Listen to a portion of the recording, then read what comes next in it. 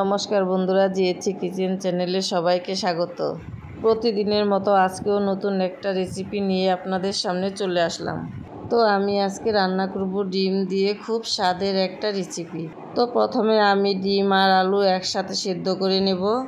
তো এখানে আমি ডিম আর আলু সেদ্ধ করে খোসা ছাড়িয়ে নিয়েছি।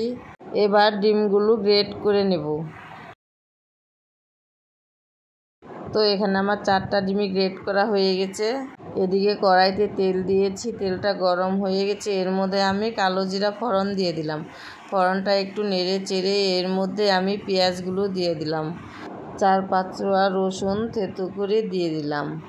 তারপর এটা ভালো করে নেড়ে চেড়ে লাল লাল করে ভেজে নিতে হবে। লাল লাল করে ভাজা হয়ে গেলে এর মধ্যে আমি লঙ্কা বাটা দিয়ে দিলাম। 1 চামচের মতো জিরের গুঁড়ো দিয়ে দিলাম। তো এবার একটু নেড়ে নেব। এবার নেড়ে চেড়ে এর মধ্যে আমি লঙ্কার গুঁড়ো দিয়ে দিলাম। লঙ্কার গুঁড়ো দিয়ে আবার একটু ভালো করে নেড়ে নেব।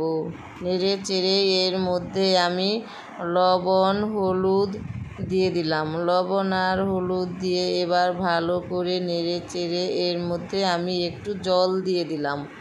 জল দিয়ে আবার ভালো করে নেড়ে এর মধ্যে আমি আলুগুলো দিয়ে দিলাম। আলুগুলো হাত দিয়ে একটু ভেঙে দিয়েছি। এবার ভালো করে নেড়ে চেড়ে মশলার সাথে মিশিয়ে নেব।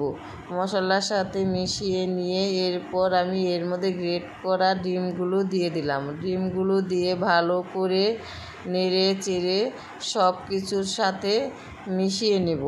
তো এবার একটু জল দিয়ে দিব। জল দিয়ে একটু নেড়ে চেড়ে এটাকে একটু ঢাকা দিয়ে দিব। 2 মিনিটের জন্য ঢাকা দিয়ে দিলাম। তো 2 মিনিট পর আবার ফিরে আসলাম। তো বন্ধুরা, এইভাবে বাড়িতে ডিম রান্না করে খেয়ে দেখবেন, খেতে কিন্তু দারুণ লাগে। তো 1 চামচের মতো গরম মশলা দিয়ে দিলাম। গরম মশলা দিয়ে একটু ভালো করে নেড়ে চেড়ে মিশিয়ে নেব।